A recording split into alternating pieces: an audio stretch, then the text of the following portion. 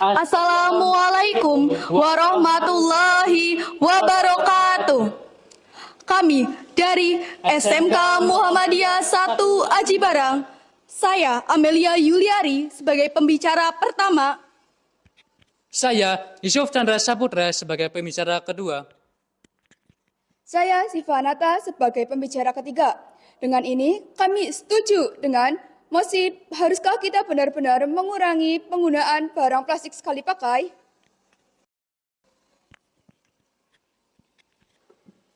Sampah plastik merupakan permasalahan lingkungan hidup yang dihadapi oleh masyarakat Indonesia dan di dunia. Menurut data Jambek 2015, sampah plastik di Indonesia mencapai sebesar 9,52 juta ton per tahun dan Indonesia berada di peringkat kedua penghasil sampah plastik ke laut sebesar 187,2 juta ton setelah Cina yang mencapai 292,9 juta ton. Kompas, 23 Januari 2018.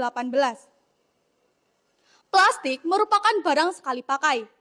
Barang sekali pakai adalah barang yang sebagian besar terbuat dari bahan kimia berbasis bahan bakar fosil yang harus segera dibuang setelah digunakan.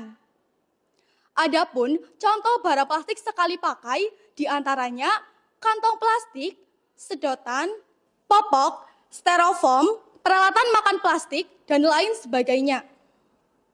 Penggunaan plastik sekali pakai sangat problematik, khususnya kantong plastik sekali pakai yang masih sering digunakan oleh masyarakat dengan alasan harganya yang murah dan mudah untuk didapat. Hal inilah yang menjadikan kantong plastik sekali pakai menjadi salah satu penyumbang sampah terbanyak di Indonesia. Sampah plastik akan berdampak negatif terhadap lingkungan karena tidak dapat terurai dengan cepat. Plastik diperkirakan membutuhkan 100 hingga 500 tahun hingga dapat terdekomposisi dengan sempurna. Sampah plastik yang dibuang sembarangan juga bisa menyumbat saluran drainase, selokan, dan sungai yang bisa menyebabkan banjir. Sampah plastik yang dibakar juga bisa mengeluarkan zat-zat yang berbahaya bagi kesehatan tubuh manusia. Barang sekali pakai seperti plastik dan limbah lainnya dapat didaur ulang. Tetapi hanya sebagian kecil yang berakhir di tempat sampah daur ulang dan sebagian besar lainnya berakhir di tempat pembuangan sampah. Proses pengangkutan limbah barang plastik sekali pakai yang sudah menumpuk juga membutuhkan biaya yang cukup besar.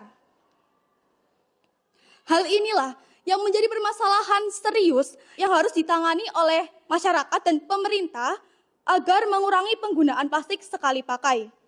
Dan diharapkan pemerintah bisa membuat kampanye tentang pengurangan barang sekali pakai dan program daur ulang kepada masyarakat agar masyarakat teredukasi dan bisa mengurangi penggunaan barang plastik sekali pakai. Terima kasih atas waktunya meninjau apa yang telah disampaikan oleh pembicara nomor 1. Mengapa kita harus menghentikan penggunaan barang plastik sekali pakai? Dikarenakan barang plastik sekali pakai menimbulkan banyak dampak negatif terhadap lingkungan, kesehatan, dan juga perubahan iklim. Bahan plastik sekali pakai berkontribusi besar terhadap kerusakan lingkungan yang terjadi di darat, di laut, dan juga di udara. Sampah plastik butuh waktu sangat lama agar bisa terurai, butuh puluhan hingga ratusan tahun agar dapat terurai. Jika kita terus-menerus menggunakannya, terdapat 300 juta ton sampah yang dihasilkan. Namun, hanya 9% yang didaur ulang. Sisanya berakhir di tempat pembuangan sampah, tertimbun di bawah tanah, dan juga hanyut di lautan. Sampah plastik yang terurai bahkan dapat menimbulkan masalah kesehatan karena munculnya mikroplastik. Mikroplastik adalah bagian dari plastik yang ukurannya sangat kecil, berkisar 5 mm. Melansir dari website Kementerian Kesehatan, mikroplastik yang mengendap di tubuh manusia sangat berbahaya, dapat menyebabkan iritasi. Jika dibiarkan dalam jangka panjang, akan menyebabkan kanker, bahkan tumor. Jika sampai detik ini juga kita masih menggunakan sampah plastik yang menjadi korbannya bukan hanya manusia, melainkan hewan yang tidak bersalah pun akan menjadi korbannya. Sebagai salah satu contohnya, saat tim konservasi dari Universitas Pendidikan Ganesha mengevakuasi bangkai penyu di pesisir pantai Panarukan, Singaraja, dan Bali. Hasil nekropsi menunjukkan bahwasannya penyu-penyu ini mati dikarenakan banyak sampah plastik yang tersangkut di tenggorokan. Itu baru satu contoh. Sedangkan menurut data dari tim konservasi dunia, ada lebih dari 100.000 hewan laut yang mati akibat sampah plastik. Oleh karena itu, pemerintah Indonesia menerbitkan peraturan Presiden nomor 83 tahun 2018. Peraturan ini berfokus pada penanganan sampah laut dan juga upaya menangani sampah yang berakhir di lautan. Marilah saat ini juga kita beralih dari barang plastik sekali pakai dengan barang yang lebih ramah lingkungan, seperti mengganti sedotan plastik dengan sedotan edible, mengganti gelas plastik dengan gelas karton. Sekian, terima kasih. Terima kasih atas waktu yang telah diberikan.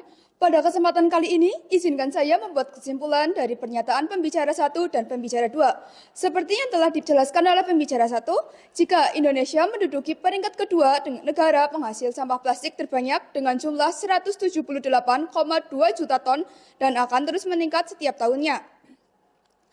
Masyarakat masih sering menggunakan barang plastik sekali pakai dengan alasan murah dan mudah didapatkan. Mereka melupakan fakta jika barang plastik sekali pakai sulit untuk terurai dan membutuhkan waktu hingga 500 tahun untuk terurai dengan sempurna. Selain itu, barang plastik sekali pakai juga menghasilkan dampak negatif seperti yang telah dijelaskan oleh pembicara 2, yaitu pencemaran lingkungan. Selain itu, juga berdampak negatif pada diri sendiri, di mana zat kimia dan mikroplastik yang berukuran kurang dari 5 mm dapat masuk ke dalam tubuh melalui makanan dan minuman. Perlu diperhatikan, jika pendapat yang kami kemukakan bukan hanya berjangka pendek. Maka dari itu, dengan ini kami setuju dengan mosi, haruskah kita benar-benar mengurangi penggunaan barang plastik sekali pakai? Maka dari itu, mari lakukan satu langkah kecil, kurangi penggunaan barang plastik sekali pakai untuk selamatkan dunia. Sekian dan terima kasih. Wassalamualaikum warahmatullahi wabarakatuh.